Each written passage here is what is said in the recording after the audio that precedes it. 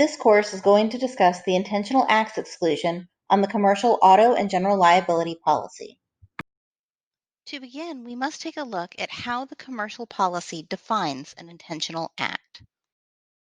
When looking at the exclusion on the policy, you will see it says bodily injury or property damage expected or intended from the standpoint of the insured.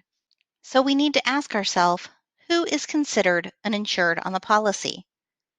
We'll always have our named insured, and that's the name of the insured that appears on the declarations page. You might also have an insured driver on an auto policy, an employee on a general liability policy, or any other additional insureds. So how does this impact your analysis?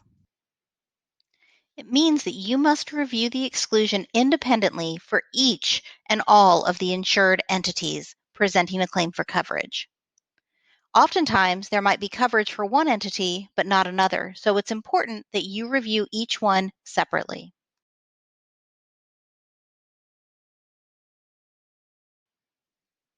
Now let's take a look at some examples of the intentional acts exclusion.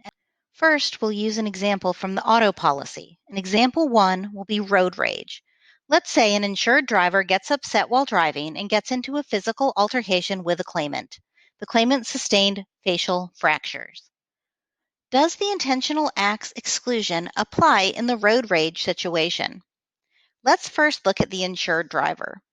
This exclusion does apply to the insured driver because they intended to cause physical harm while getting in the physical altercation with the claimant. So while it applies to the insured driver, do you think it applies to the named insured as well? The answer is it does not apply to the named insured.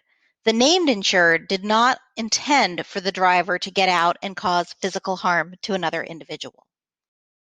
In the road rage example, we would provide coverage for one entity, our named insured, but would not provide coverage for another, the insured driver.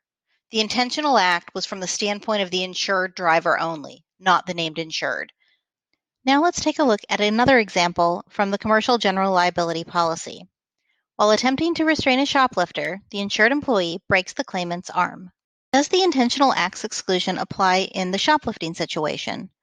First, let's look from the insured employee standpoint.